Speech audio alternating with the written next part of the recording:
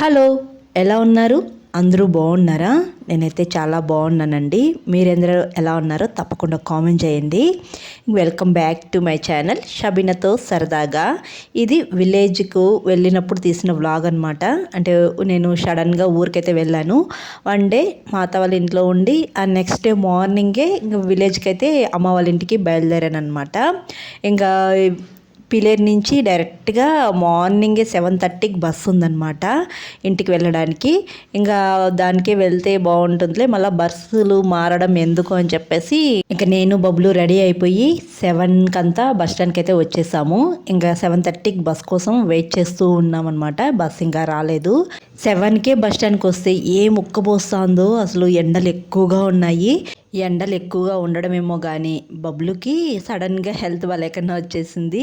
ఇంకా డైరెక్ట్గా బస్సు ఒకే బస్సులో కాబట్టి 1.5 అవర్ జర్నీ అనమాట. 1.5 అవర్లో మేమైతే ఇంటికైతే వెళ్ళిపోతాము. ఇంక ఇక్కడ చూడండి, బస్సులో కూడా నాతో దాగుడు మూతలాడుతూ ఉన్నాడు. బబ్లుకి అయితే ఫుల్గా కోల్డ్ కాఫ్ ఉంది. అయినా చెప్పిన మాట విన్నాడు. కూల్ వాటరు, జ్యూసెస్, స్వీట్స్ అన్నీ తినేస్తా ఉన్నాడు.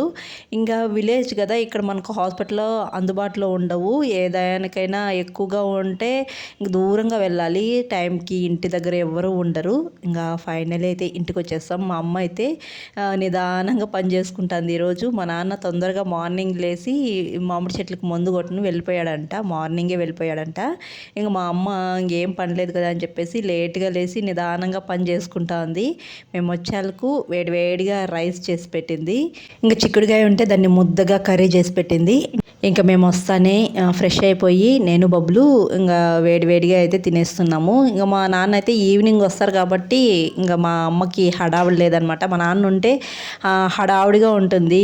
మార్నింగ్ టిఫిన్ చేయాలి, ఆయనకి నచ్చింది ఏదో ఒకటి టైంకు టైం చేయాలి, లేకపోతే మా నాన్న అరుస్తూ ఉంటాడు. కాబట్టి మా నాన్న ఉంటే కొంచెం పని ఎక్కువ ఉంటుంది. ఇంకా మా మమ్మీకి కూడా కొంచెం హెల్త్ బాగాలేదంటనమాట. బ్యాక్ పెయిన్ ఎక్కువగా ఉంది. అందుకే మార్నింగ్ కూడా టిఫిన్ చేయలేదన్నమాట.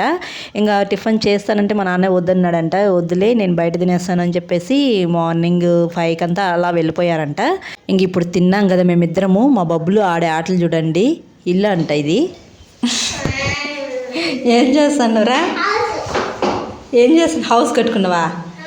ఇంట్లోకి రావద్దు, ఇదే నీ హౌస్. ఇంట్లోకి రావద్దు, ఇదే నీ హౌస్. ఏ రావద్దు, ఇదే హౌస్. హౌస్ బాగా కట్టుకున్నావు కదా.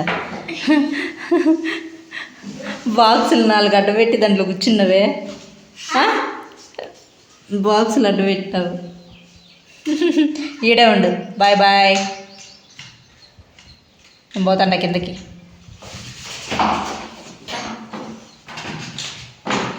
ఇంకా మా అమ్మ రోజు కొంచెం కొంచెం చింతపండు అయితే కొట్టి పెడతా ఉంది ఇంటి కోసము. ఇంకా నన్ను కూడా అనంతపురంకి తీసుకెళ్ళు అని చెప్పింది. ఇంకా అందుకని చింతపండు అయితే ఎండబెట్టేస్తాను. దాన్ని క్లీన్ చేసుకోవాలి.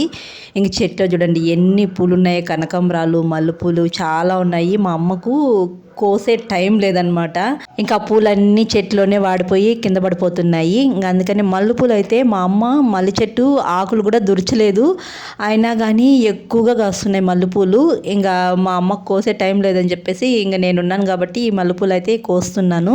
ఇంకా నెక్స్ట్ డే నేను ఊరికైతే వెళ్తాను కదా, ఇంకా తీసుకెళ్దాము అని చెప్పేసి అన్నీ కోస్తున్నాను. మల్లెపూలు కోసి ఫ్రిడ్జ్లో ఒక 3 days అయినా పెట్టుకున్నా ఉంటాయి మల్లెపూలు పాడవకుండా. అందుకే ఇక్కడ మా అమ్మ కొయ్యి నేను కట్టిస్తాను అని చెప్తా ఉందనమాట. అందుకే గోడ ఎక్కి కోస్తున్నాను. దీనికి మంచిగా పందిరేస్తే పూలు ఇంకా బాగా కాస్తుంది. ఇదేమరా అంటే పందిరి పడిపోయింది ఇంటి పని చేసేటప్పుడు. అందులో పక్కనే సపోటా చెట్టు ఉంది. ఆ సపోటా చెట్టు ఎంత పొడుగుంటే అంత పొడుగు మల్లె చెట్టు అయితే అల్లుకునేసింది అనమాట. పూలు అయితే పైకున్నాయి, కొన్ని అయితే అందవు, కోసేకి కూడా వేలు కాదు. ఇంకా నాకు కోసే వీలున్నంత వరకు కోసేసాను. పూలు అయితే చాలా ఉన్నాయి. ఇక్కడ ఎవరు కొనుక్కుండే వాళ్ళు కూడా లేరనమాట.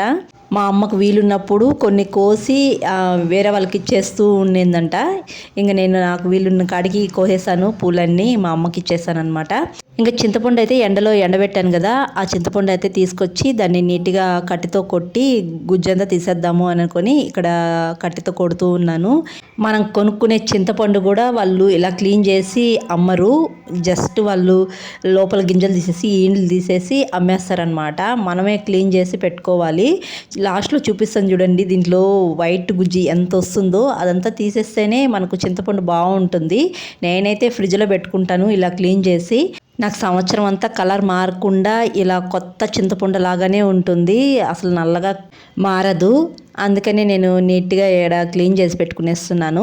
నాకు వెళ్ళేటప్పుడు ఏదో ఒక లగేజ్ ఉంటుంది. బబ్లు కూడా నువ్వు వెళ్ళేటప్పుడు ఏదో ఒక లగేజ్ ఎత్తుకుంటావు కదమ్మా, ఈసారి ఎత్తుకోవద్దు అని అంటూ ఉన్నాడు. లేదు, ఈసారి చింతపండు ఉంటుంది, లగేజ్ ఉంటుంది, తీసుకెళ్ళాలి అంటే నువ్వు ఎప్పుడు వచ్చినా ఇంతే అమ్మా అని అంటున్నాడు. ఇంక చింతపండు అంతా కొట్టేసి నేను బాగా నీటిలో ఒక బ్యాగ్లో వేసుకునేసాను. చూడండి, దాంట్లో నుంచి డస్ట్ ఇలా వైట్ దంతా తీసేయాలి. బాగా ఎండబెట్టి చింతపండుని ఇలా చల్లారిన తర్వాత ఒక కట్టెతో కొడితే ఇలా నీట్గా గింజలున్న వైట్గా ఉండే దాంట్లో గుజ్జు అయినా వచ్చేస్తుంది. ఇంక బబ్లుకి సడన్గా ఇయర్ పెయిన్ ఎత్తుకునింది, చెవి నొప్పి వచ్చేస్తుంది అనమాట. బాగా ఏడుస్తున్నాడు. ఇంకా అందుకని మా నాన్న హాస్పిటల్కి అయితే తీసుకెళ్తున్నాడు అనమాట. ఇంక సడన్గా పెయిన్ వచ్చేసింది. చెప్పాను కదా, జ్యూస్లు తర్వాత స్వీట్స్ కానీ చాక్లెట్స్ కానీ ఇవన్నీ తినేస్తున్నాడు. ఇంక ఫుల్గా ముందుగానే కోల్డ్ కాఫ్ ఉన్నింది, ఇయర్ పెయిన్ వచ్చేసింది. ఇంక మా బబ్లు వచ్చే లోపల నేను పూలు కట్టేశాను. తర్వాత అన్నీ సర్దుకుంటున్నాను అనమాట.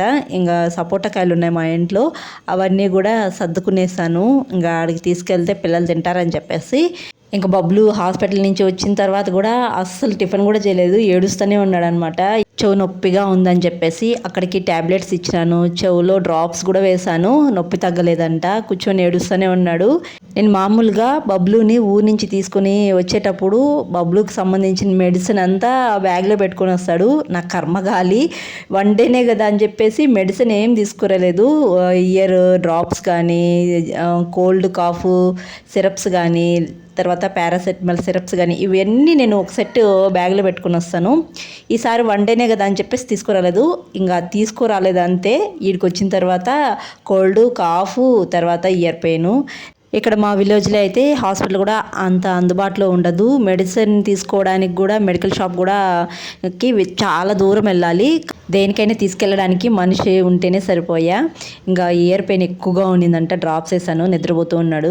మా చెల్లి మా తమ్ముడు కూడా రాలేదు. నేను వస్తూ ఉన్నారు కదా, ఈసారి వన్ డేనే కదా నేను ఉండేది, అందుకని వాళ్ళు కూడా రాలేదనమాట. ఇలా నేను ఊరికి వెళ్ళాను అనంతపురంకి, వాళ్ళిద్దరూ వచ్చారు. నెక్స్ట్ నేను షార్ట్ వీడియోలో షేర్ చేసుకుంటానండి. నా తర్వాత నేను ఏ వీడియోను తీయలేదు, బబ్లుకి బాగాలేదని. బాయ్.